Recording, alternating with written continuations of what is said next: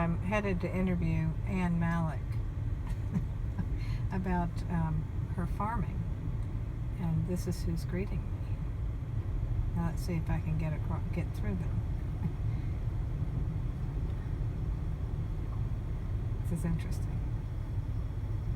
Hi, I am Virginia Gardner, and I'm sponsoring a new community website for Earlysville with parkfetch.com. I'm here today with Ann Mallek, who is an Albemarle County native, and she is a woman you all know well as our representative for Earlysville and the Whitehall District on the Albemarle County Board of Supervisors. Thank you, Ann.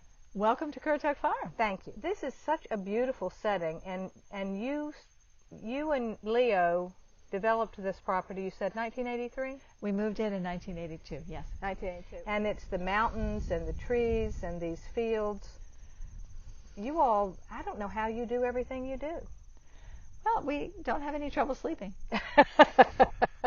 And there's a long list on the refrigerator, so there's never a worry about what are we going to do today, which is one of those very dangerous questions if you have not a long list of things to do. But Mother Nature is our partner or our challenge, depending on the year, and so we have to be very aware of that as we're living in this country area and know that rural people provide the services for themselves most of the time. And some people like it. Other people come out here and they say, I wouldn't live out here for $1 million, which is fine, because if everybody wanted to live in the same place, it would be a problem. Yep. So I love the space and being able to have kids play in the mud and be outdoors. There's always something for any age to do on a farm. And we love the fact that you're out here because I have an understanding of how important this is. Yes. So, as I was doing my research, I read through Sevillepedia, and it describes you as a farmer, but also as an educator. Yes. So tell me about that. How were you an educator? And you do educate still in many ways, but your profession as an educator. I never got certified as an educator. I'm a zoology major. But in 1988, I began as a substitute teacher at the St. Anne's Lower School because they needed people to come in now and then, and it became a very regular teaching job, which went on for 5 years. Wow. And in 1993, I was asked to begin a computer literacy program there for kindergarten through 4th grade, which was great fun. And in the computer lab, they practiced all the things that they were using in the rest of their curriculum. So struggling spellers had wonderful fun spelling things to practice, and phonics and punctuation. And learning how to write and edit when you're in 2nd grade is a really important tool that you use the whole rest of your life. Well, you are amazing. You really are a remarkable woman. When you think about your work with the children, and when I first arrived and was asking Ann about the farm, and she started talking about how much work it is, but how much fun it is to lead the cows. You just like working with critters, whether it's 2-legged or 4-legged. Well, I do. And the same respect gets you the same benefit for both people. And if you understand how the cattle function the best and how to keep them calm and happy, then they're very easy to work with. And that's sort of I don't know if it's a new thing or not, but it's the way we've always operated. And when veterinarians come here, they say, it's so nice to come here because the cows don't get upset. The cows are happy. Say, I'm used to being in this barn and I know everything will be fine. That is wonderful. So they met me on the way in on the driveway, as a matter of fact. So what has been your goal with Currituck Farm as a business? Well, we began having a cow-calf operation, which means we had calves and a bull, and for 10 years we sold the calves at weaning time, and other farmers would then raise them up. Okay. And after about 15 years of doing that, and keeping maybe one steer for ourselves, we realized that we would do better to have fewer calves and keep more of them to be mature on the farm, and then sell them directly to families for the freezer. And that's been our model now for the last 15 years. Wow. And so instead of 18 or 20 cows having calves in the spring, which was a whole lot of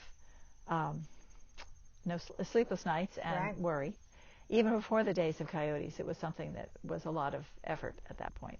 We are now down to 8 cows having calves, and they just are finished yesterday. The last one was born this fall. And we're going to go see them. That's right. And so we have shifted to the fall calving for climate change reasons, actually. So that is a new thing. Only 4 years have we had calves in the fall, but it's really worked out very, very well. Now tell us about your beef. So what types of steer do you raise? They're grass-fed. That's right. They live in the pasture. And how can local residents purchase? Well, we have a website. It's ctfbeef.com, and that stands for Currituck Farm, as it says on my shirt. Yes. And we have a list of people who might be interested, so someone can send me an email at ctfbeef@gmail.com, and I will add you to the list. We have our steer who's going to the processor next week is completely sold, so we will be next spring is the soonest we would have anybody else, and maybe even the end of summer or fall next year. So living in the pasture means they take much longer to mature, and so the beef is much leaner, and they tend to be 20 to 24 months old when they're ready to go, instead of 9 to 10 months old for ones which are raised in a feedlot situation. And the pasture is various grasses, a lot of fescue here because that's the 50s invasive that took over everything, but there's a mixture. We have lots of clover in our fields as well, and that helps the nitrogen to be bound up in the soil. And then the hay we buy is from wonderful farmers in Free Union, which is another orchard grass and grass mixture. We get it in great big 800-pound bales and put it in the barn. So my Memorial Day is usually, that weekend is usually when the hay is ready, the first cutting. So I'm usually spending that 4 or 5 days or a week bringing home 11 800-pound bales at a time, and we stack those in the barn and have them ready.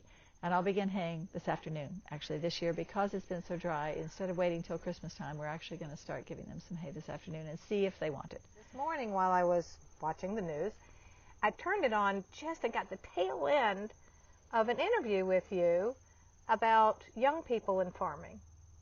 Oh, maybe from last night's? Yes. What was that? Well, there was a question about the challenges that young farmers and young people have in getting into agriculture, and the fact that the average age of a farmer in Virginia is, I think, in the 60s.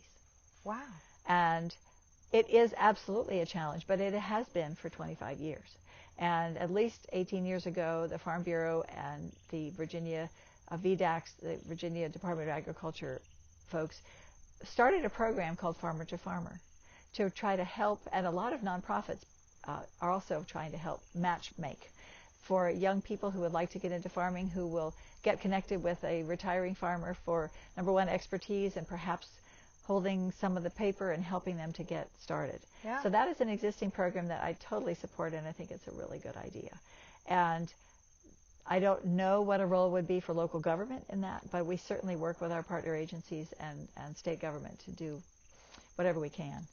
We do have very favorable a property tax land use waiver for land which is used for agriculture and forestry.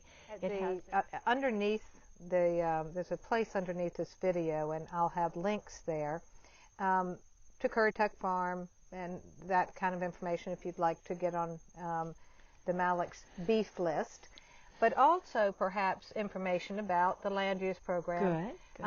But also this other program. Maybe you can between now and then you can get for me a link for this young farmer. Yes, I try very hard to do that. That would be great.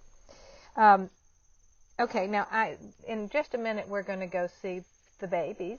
Yay!